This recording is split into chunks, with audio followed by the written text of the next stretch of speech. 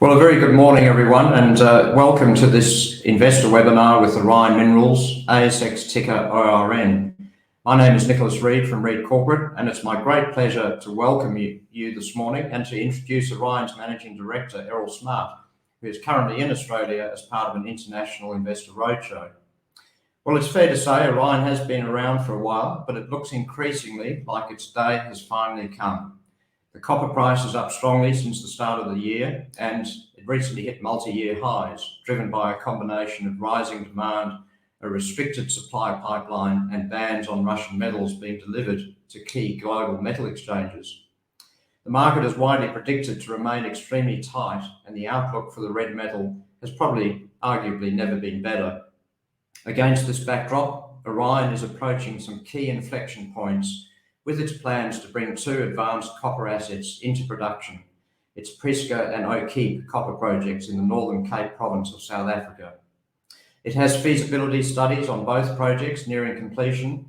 It's currently trial mining at Prisca, and it's built up a large and very accomplished team in country that stands ready to take the company through into operations. Before running us through the story, I should also point out that Orion has just this morning released one of the most remarkable copper drill intercepts any of us have seen in recent times from the Okiep project.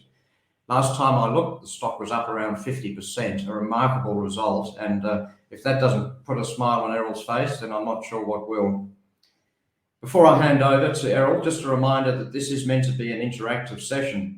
If you have questions, please use the Q&A function on your webinar browser and put them in while Errol's presenting so that I can put them to him once he finishes his brief run through. So Errol, good morning, welcome to Australia. What a day for it. It's a great day for Orion. Please take us through the story and where you're up to. Hi Nick, thanks a lot. Yeah, it is a great day. It's good to feel the sun on your back again instead of in your eyes. So yes, it does put a smile on my face having results like this. I thought I'd just take us through a bit of a presentation on Orion and where we're at, and then we can get to this actual result of this morning and discuss that a little bit more. You guys have all seen the disclaimer. So Orion is dual listed on the ASX and the JSE. It trades fully fungible shares, so you can buy a share here in Australia and sell it in South Africa and vice versa. We do have a very large circulation, 5.8 billion shares, and I'm very often asked the question, will there be a consolidation? And yes, there will be a consolidation sometime in the future. When we've got ourselves to a well-established position, and generally it's when you're fully financed and coming on stream, that would be a good time to do a consolidation. Right now, we don't feel it's the appropriate timing. We're in a good cash position, and while we're showing that cash position on hand, on bank, we also have a very large undrawn facility sitting in South Africa from IDC and Triple Flag for the Prieska project, and we've actually just done another drawdown on IDC funds for Okiep as well. So we're very well funded as a company at the moment. As of Friday, or before we went into halt, at a market cap of $88 million. That's nice to see that that's up around 50% at the moment. The largest shareholders, Tembo Capital, they're a private equity fund managed out of the UK and out of Brisbane. The Delphi Group is German private equity group, very strong supportive shareholders with 13%. Clover Alloys, South African mining group, with 9.2%. Tom Borman, that's a well-known individual in the South African and Australian mining world, is a 5.6% shareholder. As I said, dual listed, most of the shares actually trade on the JSE. And maybe that's because we haven't been doing so much road showing over in Australia. And I will be doing more road showing and reintroducing Orion to the Australian shareholders, because what's been very apparent to me over the last week while we were over here, investors are really looking for near-term copper development projects, and there's very few of them in the world. And for a company like us, it's actually got two ready to go. You're in a very, very strong position. And then there's another class of investor that wants the exploration upside. So Orion's unique that it's got 2 development projects and 2 exploration projects that are well advanced and can really add value very quickly. So our projects, Northern Cape, South Africa, 30% of the land mass of South Africa, 3% of the population. It's a big empty desert, mostly. 2 districts, between the 2 of them, they produce about 2.5 million tons of copper historically. At the moment, they hardly produce at all. There's a drip of copper that comes out of some of the smaller scale operations in the Northern Cape. And we have been consolidating and acquiring, and we've done more than 17 acquisitions in seven years, both of mineral rights and of data and information. And we are a very strong believer in the value of data. This area was very strongly explored by the likes of Newmont, Anglo-Vol, Anglo-American, and Goldfields in the 1980s and 90s. And that really opens the door to advanced stage projects that need to be developed. Our flagship is very much the Prieska Copper Mine. She's a big old beauty, produced 46 million tons out of a single consolidated ore body. We've already got 31 million tons of resource, and I strongly believe that that will probably get up to that 50 million tons of resource before we finish. The ore body is open in all dimensions. So it is a big syncline. The Anglo-Vol group developed the mine in 1971. They took it down to 1,200 meters. The stoping stopped at 970 meters, where the steeply dipping ore body ceased and the ore body rolls around and goes flat. This is a crazy situation where the mine's deepest ore is pre-developed. We've got shafts and we've got decline roadways all the way to the bottom of the ore body. And that's where we put most of our focus when we started. We really focused on dewatering the mine. This used to be a dry mine that produced very little water, but the farmer diverted a lot of water into the old workings after the mine closed in 1991. Our focus has now changed for a number of reasons. We had done a bankable feasibility study in 2020. Very, very strong financials out of that. We can produce 22,000 tons a year of copper and around 70,000 tons a year of zinc for 12 years. This feasibility study was done at a time when the copper price was around 6,600 US and the zinc price was 2,300. You know, today we're looking at zinc prices of 2,850 and copper was touching on 10,000 on Friday. So things have changed dramatically. But we learned some valuable lessons over the last couple of years. We had a challenge financing this project. It's a high capital, long lead time operation. The market doesn't like junior miners playing in that space. There were a lot of questions of, were the skills available? Could we recruit the skills? Would they go work in a very remote place like Prisca Mine? Well, we've recruited 200 people and we've got a team of 20 top professionals running this mine with all the appointed skills that you require to run a small development mine and up to 40,000 tons a month. We've come up with a better dewatering plan to do it with a big reduction in capital, doing it over a slightly longer period. And we've secured the starter finance. So the cornerstone of the financing is in place. And the new plan is very much focused on that dark brown area that you see there, where we've got 1.3 million tons of high-grade copper, 2.4% copper in supergene sulfides and in oxides. That is, well, it's 1.3 million tons of supergene sulfides. There's another million tons of oxides sitting above it that we're starting to do some work on as well. So we will dewater the mine over 3 years, getting us access to that bottom ore body, which is around 29 million tons. But it will give us 3 years of mining at 40,000 tons a month, and we are currently trial mining. So we secured finance from the Industrial Development Corporation and from the Triple Flag Corporation.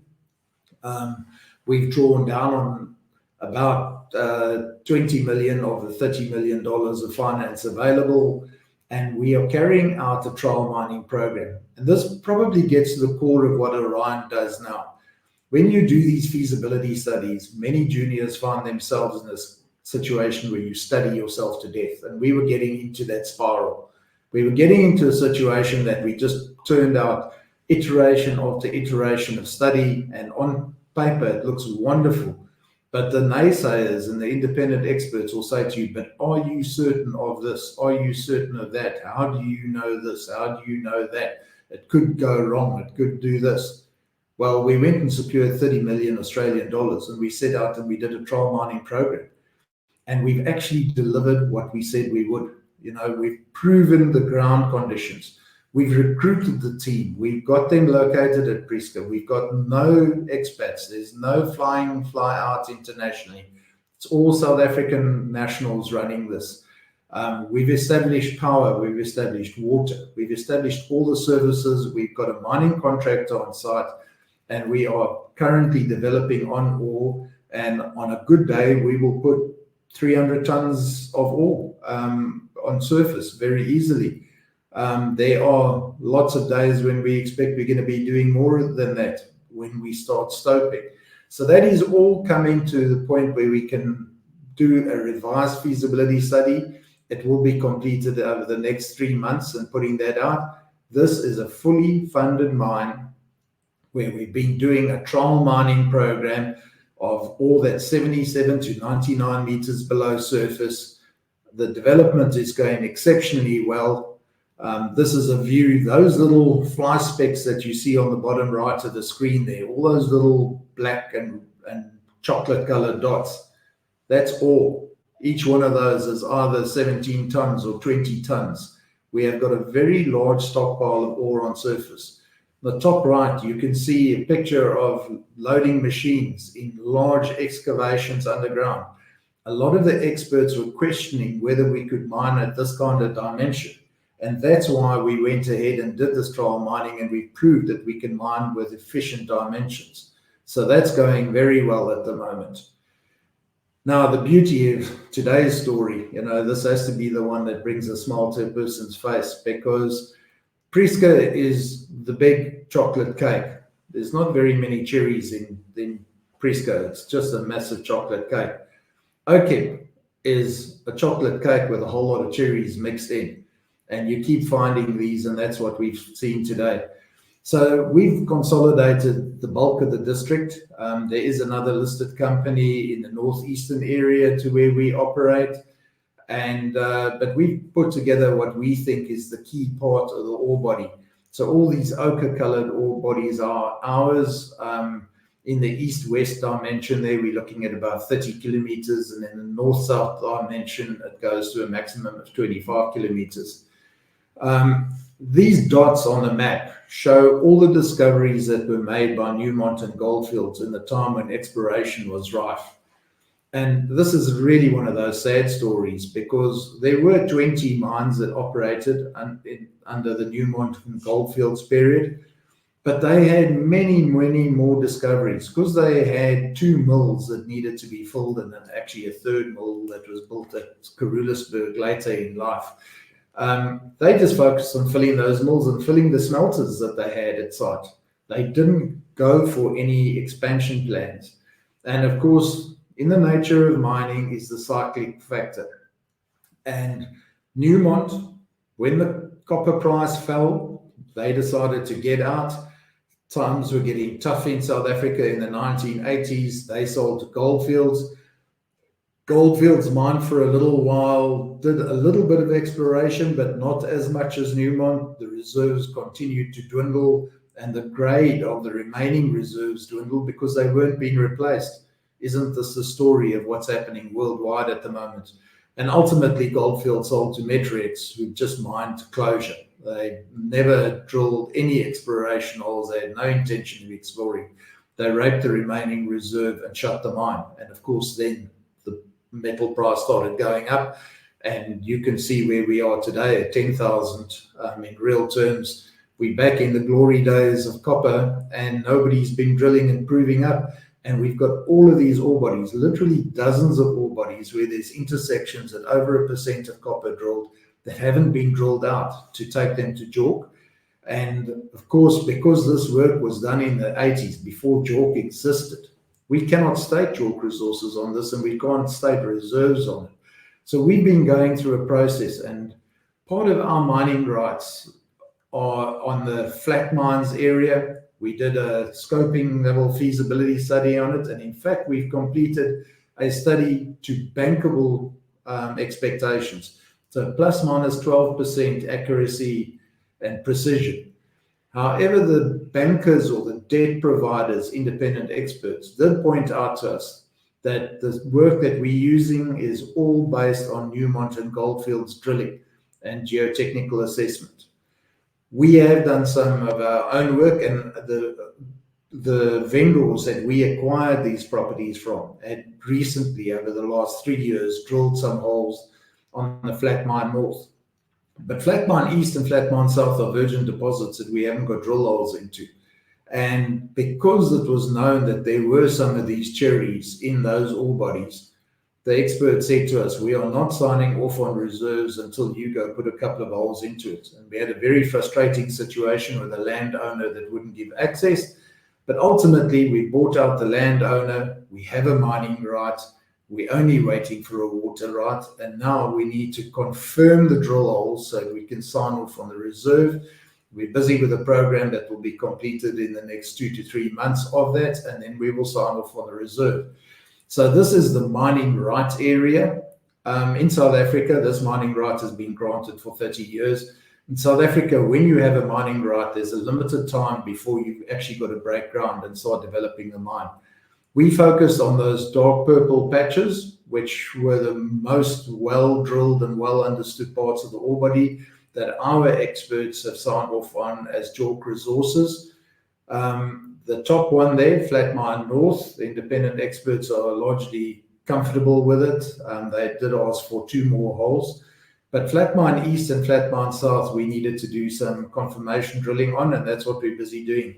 Importantly, all those other little black dots there are ore bodies that were discovered by Goldfields and had holes drilled in them, and by Newmont, and haven't been drilled out yet. So there is an enormous amount of ore still to be added to the picture over here. But we've got enough to get a 10-year life of mine running at 60,000 tons a month operating on this property. And that's what we're busy doing the study on, so that we can get ourselves established and buy ourselves time in a methodical way to go through and drill these deposits. So as I said, we've just bought surface rights, 12,000 hectares of surface rights. The area that we haven't bought is actually owned by the local municipality, and we've entered into a land use agreement over the mining rights for the life of mine. So we're very well established there from life of mine ownership. It is really inhospitable terrain. It's desert, it's granite rocks. So it's not easy to get in here and find drill sites. But we've got 3 drills drilling at Flat Mine East at the moment. And we've got 2 drills drilling at Flat Mine South. So there's quite a lot of ore coming out, and very pleasingly. And this is the great story of today, because, you know, this really reinforces what the dream was and what our view was and why we went and acquired this property. And we actually restructured the acquisition deal that we announced on the 17th of April, where we've just drilled an intersection of 49 meters at 4.89% copper. That includes 10.23 meters at 12.47. You know, we got really excited about this, and we've gone and checked what we can around South Africa. We can't find an intersection like this anywhere in South Africa for the last 40 years. That certainly hasn't been drilled at Flat Mines or any of the Okiep mines. And quite interestingly, there's a group that tracks mining results around the world. Any results that is announced anywhere on a stock exchange, anywhere worldwide, of 1,170 copper deposits in the world that have been reported. The highest grade intersection of each deposit, so it's only the one best intersection of each deposit. This ranks as number 35 in the world for the past 9 years. This is a world-class intersection. And yes, it is in a zone where there were known intersections, but at least now we have proved that it isn't a fluke, it isn't a one-off. There is a large zone of very high-grade mineralization at this site. You know, I had the metal trader in Sydney last week that was saying to me, if you guys have got anything above 11%, we'll take it as DSO, direct shipping ore, that they'll collect the broken rock at the mine portal and drive it away and pay us for it. That puts this in the context of what it is. And it puts Okiep in the context of what this district is. You know, the original Okiep mine mined over 900,000 tons of hand-sorted ore at 21% copper. That's just unheard of. There aren't deposits like that in the world.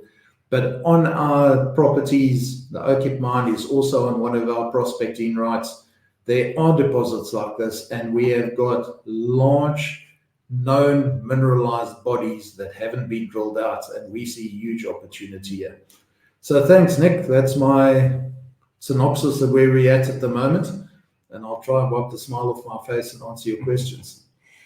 Thanks very much, Errol. Well, just a quick reminder to everyone who's tuned in, please use the Q&A tab on your webinar. We want to hear as many questions as we can from the people who are listening in, and I'm sure Errol will be happy to answer any questions that you put to him.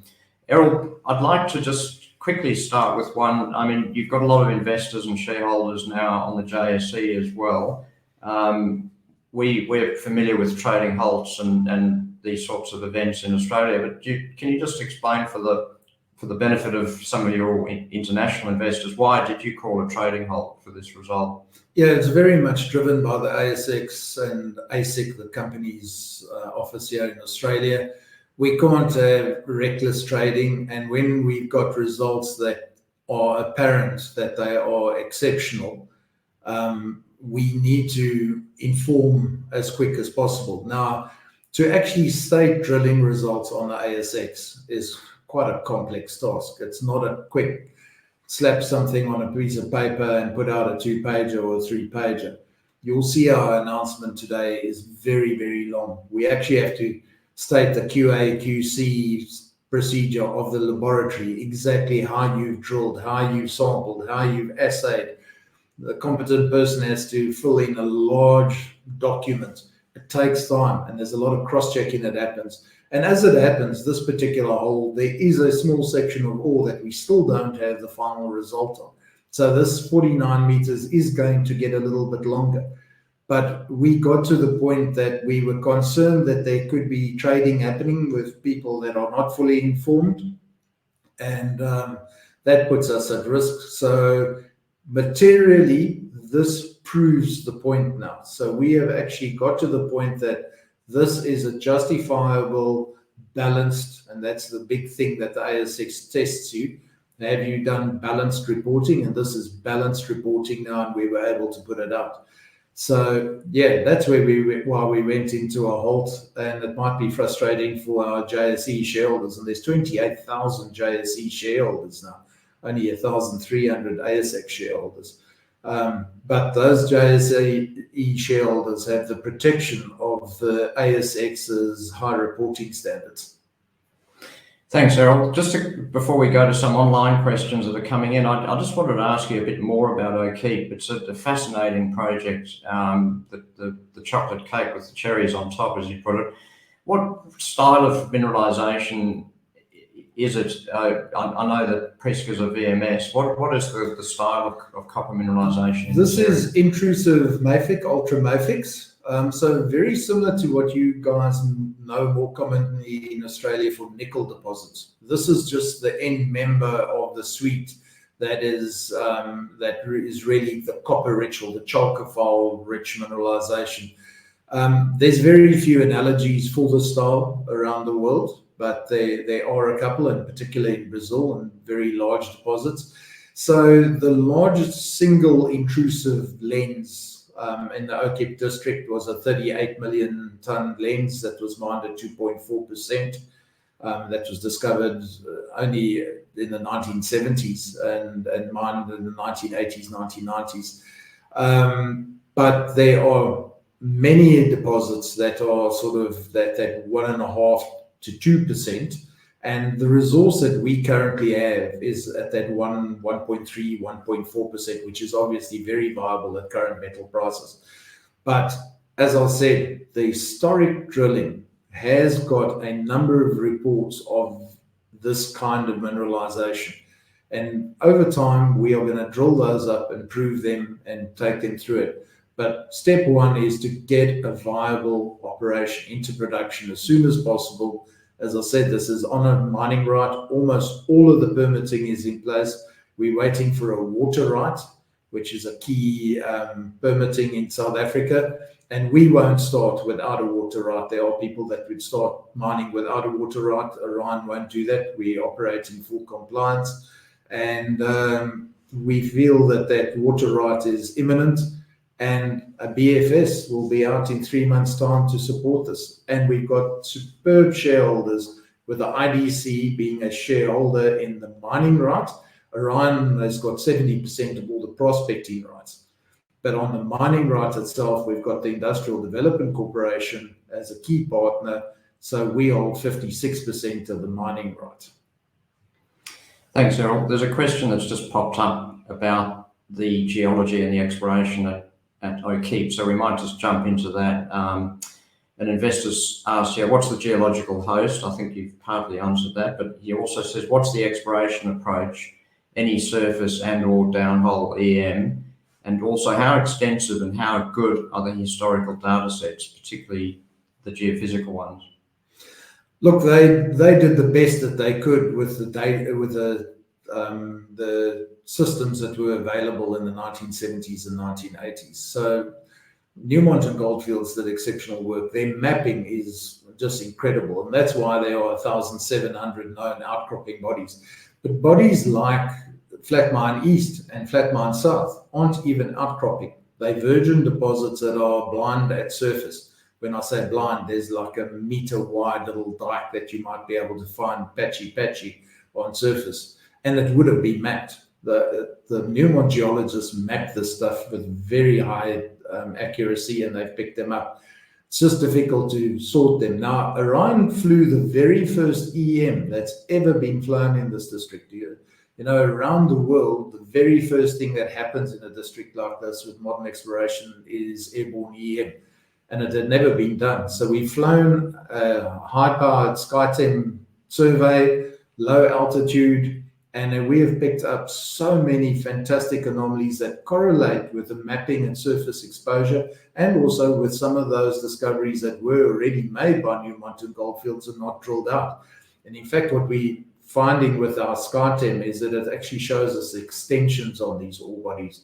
So we're quite excited about it. We haven't got into drilling all of those targets yet, and that's one of the next things on our path.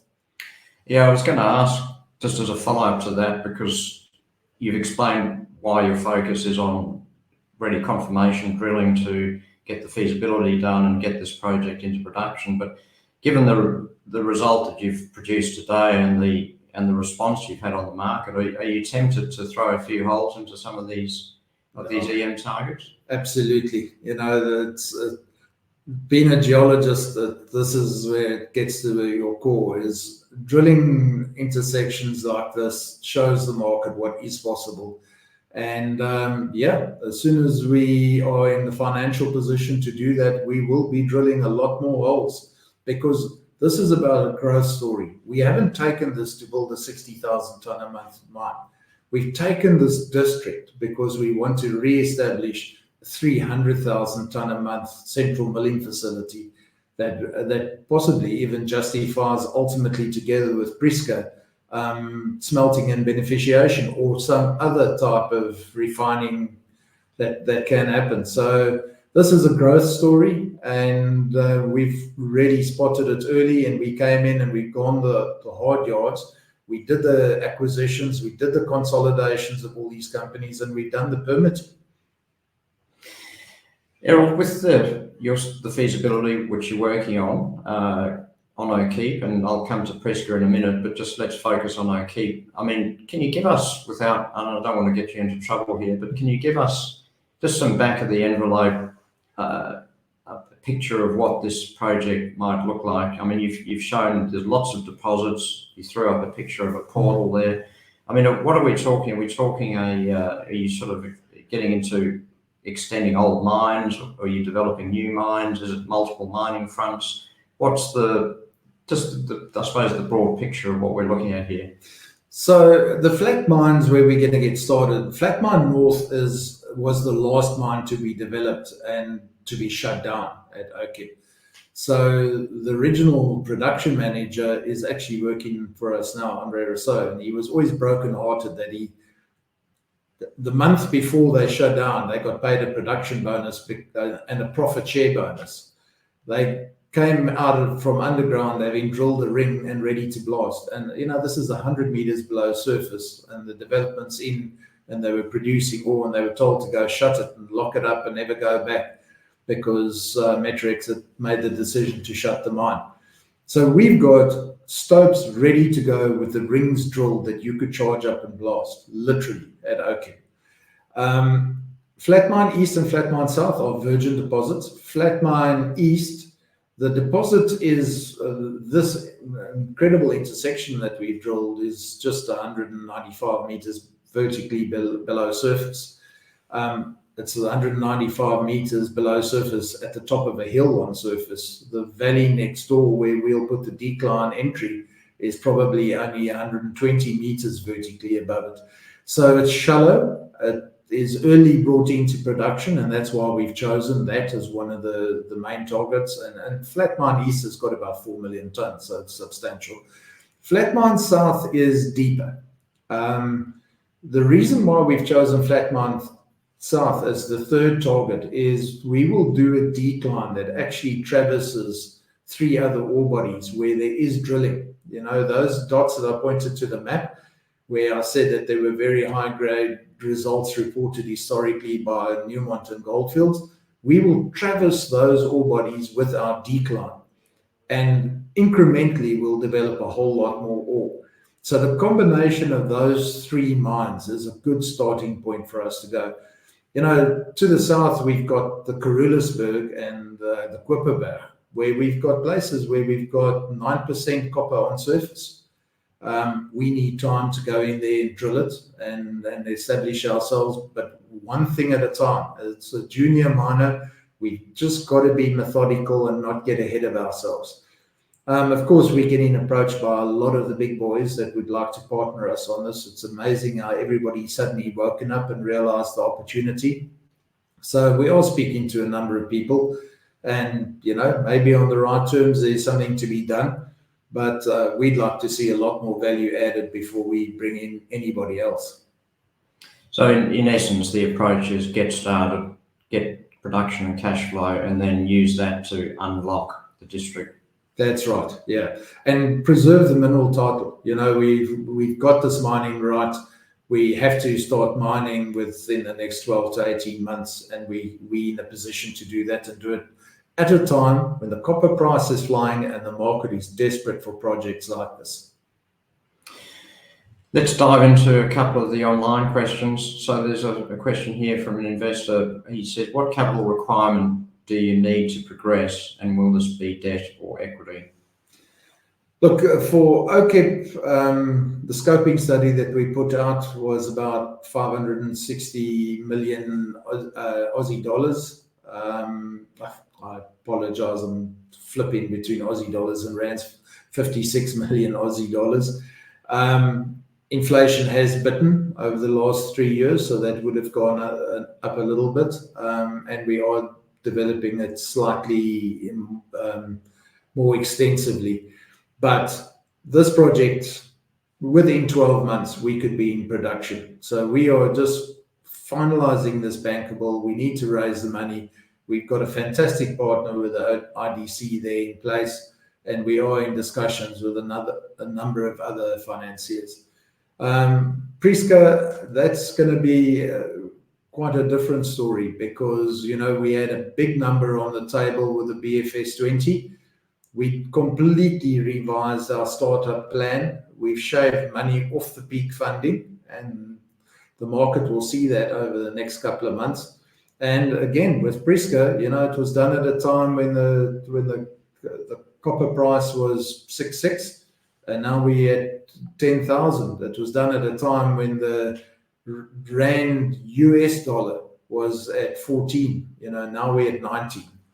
So the economics have changed completely, and I think the market's going to be very pleasantly surprised in a couple of months' time when we put out that updated and optimized feasibility study. So that's a key thing for investors to look out for, Errol. And those two studies will be coming out around a similar time frame. Yeah, they are now hot on each other's heels. With Okiep, it's just completing the remaining 7 holes to go. And at Okiep, the trial mining is complete. There's some very exciting metallurgical test work that's actually underway in Brisbane at the moment, which we've actually had good success with the test work that we've been doing in South Africa. But we found an expert in Australia that feels that they've seen similar ore that he can even do better. And we're running some tests on that. So within the next month, we will have all the met test works done, all the geotechnical work is done, all the costing is being redone at the moment, and they are currently busy constructing the initial tailings facility. So that's work underway at the moment. All the pumps are in place for the dewatering to commence, and most important, the 15 megawatt grid connection power. And there's a lot of talk, obviously, and let me just touch on that. What a lot of the criticism is the bad situation for grid power in South Africa. Yes, it's not great, and yes, we hate it because it's not right that it's gone backwards. But I can tell you this: we have power at worst case 60 to 70% of the time at about half the cost of Aussie power. Out in the outback in Australia, we wouldn't have any grid power, and we'd be trucking heavy fuel oil across country to run very expensive generation on site. So we are actually in a good position. Once we've got this 15 megawatt in South Africa, you can apply for exemption as a critical service for power exemptions and load shedding. So all the headlines that you see about load shedding in South Africa does not apply in the same manner to the mines. The mines have an orderly load reduction. So when the grid supplier is under pressure, by mutual agreement, certain things are reduced, but then in other times, there's an excess of power available to make up for it. So we'll be in that situation in a month's time. Yeah, that's interesting. A lot of investors do ask about the political situation in South Africa, Errol, and I think it's probably worth just touching on because, your projects are very well located in a lot of respects. Do you want to give us some thoughts on that? Yeah, look, we're in an election year and it's a month to go to elections, and anywhere in the world, a month before elections becomes a very noisy, distracting environment to operate. It's not perfect, it's not ideal. A lot of people see it negatively that the African National Congress that has been our ruling party since democracy will lose outright control. Yes, they may. Maybe that's a good thing. Maybe coalition government is what South Africa needs, and maybe we get more sensible government that actually starts self-regulating and cutting out the corruption. The frustration that we've had with Okiep, that's taken 3 years to get the mining rights granted and transferred to us. That's so damaging. I very often say to the minister, do you understand the damage that you do by the slow progress of your office bearers? The people that run the offices of the Department of Minerals and Energy are just slow and inefficient. They make so many mistakes. These mining rights and prospecting rights that we've now granted and transferred and announced last week that we were closing the acquisition of, most of that 3 years has just been fixing errors in the granting. We need to get beyond that, and government has to perform more efficiently. So, yeah, maybe a little bit of a shake-up at the top is a good starting point. Errol, an investor's asked here, when do you think Orion will will make a profit or start making a profit. It's a tough one, but I think without asking you to make any forecasts, these assets are pretty advanced now in terms of permitting, studies, infrastructure. Give us just a snapshot of, when do you see these projects actually starting to produce their first copper? That's a real hang loose question, that one, because ASIC will be on my case and I'll be in chains if I answered it. But it's a lot sooner than what the scoping study and original BFS. The original BFS took us 3 years to get into production, and we were cash positive in the 42nd month. I can tell you that the expectation is that it will be less than half of that now on an operational basis. The capital spend will continue. At Okiep, we always said it was about an 18-month construction line, and that line stays pretty much that. As I said, there's all ready to blast and bring to surface. So getting cash positive operations is not a long way off now. Fantastic. And perhaps one, just to sort of bring it all together for us, because we've got two distinct projects, two production hubs. I know you can't give us hard numbers because the studies are still being worked on, but I guess conceptually or aspirationally, how big a player will Orion be once you've got both of these projects? Yeah, look, I don't claim to be another Kamoa-Kakula or one of the Zambian or Congolese operations. We're not of that scale. But between the two, if we look back at the 1980s in the glory days, the two of them were producing 50 to 60,000 tons a year of copper. And there's no reason why we can't get back to that within a 5 or 6 year period. And that is what we set out to do.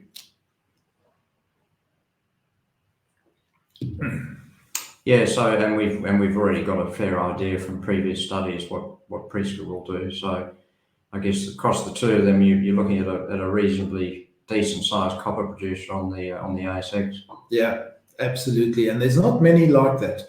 I've been reminded over and over in the last week while I've been here in Australia, there just aren't very many projects like this with early production and a large exploration upside opportunity. Fantastic. So Errol, maybe just to summarise, do you want to just give us the look ahead in terms of just remind investors what they should look for in the next 3 to 6 months? Look, the key thing is over the next 3 to 6 months is 2 bankable feasibility studies, a water right for Okiep, and hopefully some of the advanced discussions that we're having actually leads to early finance and early development. It isn't going to take very much for Prisca, where we're actually delivering ore to surface, where we've got everything on site and fully established and ready to go. We only have to construct the metallurgical concentrator plant, and that can be a lot sooner with some of the financing options that we're looking at. And obviously the rest, assay results from the rest of the drilling at Okiep as well. Ongoing drilling at Okiep, and I'd like to keep those rigs going. I'll be speaking to some people over the next couple of weeks, and the intention is very much to keep those rigs going. Fantastic. Yeah, I'm sure we'd all like to have more days like today. Yeah. Errol, you're in Sydney, I think, the next few days. Is that right? That's right. Yes. So if anyone out there who's listening or listens to a replay of this would like to catch Errol in the next couple of days, he's heading to Sydney tonight, and he'll be there, I think, up to Anzac Day. So please get in touch with us at Reed Corporate, info@reedcorporate.com.au, or contact Orion direct, and I'm sure Errol would be happy to come and see you. Certainly will. Errol, thanks very much for joining us. It's great to have you over here in Oz. We hope to see more of you in the months ahead, especially if you come bearing results like that. There's a lot more to come. And look, thanks for joining us, and thank you everyone for joining us for this webinar. A recording will be available. It will be emailed out, and it will be posted to YouTube and also placed on the Orion Minerals website. So thanks everyone for joining us. That was a great run through from Errol Smart from Orion Minerals. Definitely a stock to watch in the next few months. Thanks for joining us. Have a good day. Thank you, Nick.